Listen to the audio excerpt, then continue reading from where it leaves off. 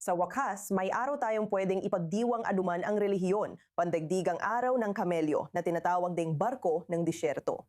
Ipinagdiriwang ang mga kamelyo dahil sa kakayahan nilang mabuhay ng inang araw na walang tubig, gamitan ng mga umbok bilang reserbang enerhiya kapag kapos ang pagkain at protektahan ang sarili mula sa bagyong buhangin gamit ang mahahabang pilikmata at makakapal na kilay. Kasabay ng mahalagang araw na ito, inilunsad ng King Abdullah University of Science and Technology sa Saudi Arabia ang bagong sistemang drone na pinapagana ng AI na tumutukoy at sumusubaybay sa mga kamelyo mula sa himpapawid. Layunin nitong tulungan ang mga tagapag-alaga na mas mabantayan ang kanilang kawan, bawasan ang gastos at mapanatili ang tanyag na simbolo ng kultura ng kaharian. Para talakayin ito, kasama natin si Valerie Crenshaw, Kalihim General ng North American Camel Ranch Owners Association. Valerie, maligayang araw ng kamelyo. Salamat sa pagsama sa I24 News English. Pwede mo bang ikwento kung ano ang araw na ito at paano nito binibigyang pansin ang hayop na may umbok? Maligayang pandagdigang araw ng kamelyo, rin sa iyo at sa lahat ng nanonood. Parang araw-araw ay pandigdigang araw ng kamelyo sa amin. Pero masaya kami na ngayon ay sama-sama ang lahat sa pagdiriwang.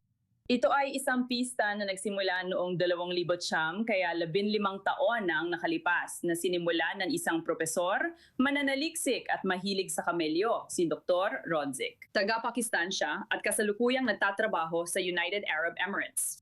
At naisip niya na kailangan natin ng isang araw kung saan tunay nating maipagdiriwang ang nagagawa ng mga kamelyo para sa kultura, sa industriya at sa agham. Kaya pinili niya ang araw na ito dahil isa ito sa mga pinakamainit, mahirap at mahahabang araw sa Hilagang Hemisphere. At sinabi niya, ito ang mga araw na perpekto para ipakita kung gaano kahusay mag-adapt ang mga kamelyo sa kanilang klima. Kaya ito ang araw natin. Kalagitnaan na ng taon at ipinagdiriwang natin ang mga kamelyo sa buong mundo. Natutuwa akong makita yan, tama ka. Dito sa gitnang silangan, nakikita namin kung gaano sila kagaling mag-adapt sa klima. Sa bagong teknolohiya ng Saudi Arabia, paano ito makakatulong sa mga nag-aalaga ng kamelyo? Ano ang pangunahing hamon ngayon para sa mga tagapagpalahi at nag-aalaga ng kamelyo? Sa tingin ko, marami talagang hamon at malinaw na nakadepende ito sa iyong rehiyon, kultura at kung paano mo ginagamit ang mga kamelyo. Saludo ako sa universidad at mga mananaliksik na sa tulong ng teknolohiyang ito ay patuloy na nagbabantay sa mga kamelyo at tumutulong paunlarin ang industriya sa mundo. Sa tingin ko, ang ginawa nila ay nakinig sila sa mga taong talagang namamahala sa mga kamelyo. Yung mga taong nasa aktwal na gawain, kumbaga, na araw-araw na nagbabantay at nagtatrabaho kasama ang mga kamelyo. Narinig nila na ang mga kamelyo ay kayang maglakbay ng 50 hanggang 60 kilometro araw-araw kapag nabibigyan ng pagkakataon. Kaya napakahirap silang subaybayan dahil hindi sila nakakulong sa kulungan o pastulan. Kaya sinusubukan nilang bantayan ng isang malaking kawan ng mga hayop na lalabas at maglalakad-lakad at maghahanap ng pagkain at mabilis silang gumalaw. Hindi sila. Maraming tao ang iniisip na mabagal ang mga kamelyo. Hindi totoo yon at mabilis silang maghanap ng makakain. Malaking tulong ang teknolohiyang ito sa pagtunton ng kanilang mga hayop. Hindi ko iniisip na mapapalitan nito ang mga bihasang tagapag-alaga ng kamelyo at pastol na kilala ang kanilang kawan at alam ang kanya-kanyang pangangailangan at ugali ng mga hayop. Pero tiyak na makakatulong ito sa taong iyon o sa grupong iyon na mahanap ang kanilang mga hayop at mapanatiling ligtas ang mga ito. Isa ka ring bihasang tagapag-alaga ng kamelyo. Sa tingin mo, anong karaniwang maling akala ng publiko tungkol sa mga kamelyo?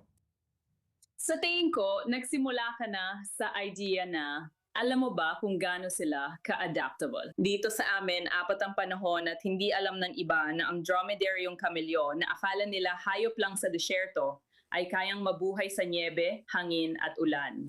Sa tingin ko, hindi alam ng karamihan kung gaano ka-adaptable ang mga kamelyo at paano nila kinaya ang matitinding kondisyon.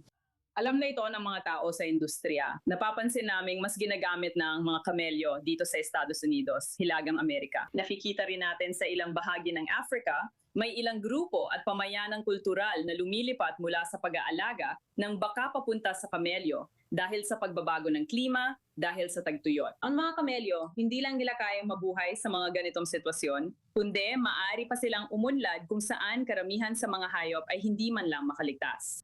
Nakakabilid talaga ang mga kayang gawin ng mga hayop na ito. Valerie Crenshaw, maligayang pandaigdigang araw ng kamelyo. Salamat sa pagsama sa amin dito sa 24 News English upang bigyang liwanag ang aming mga manonood tungkol sa kahalagahan ng mga species na ito. Pinahahalagahan namin ang iyong presensya dito. Salamat. Maligayang pandagdigang araw ng kamelyo.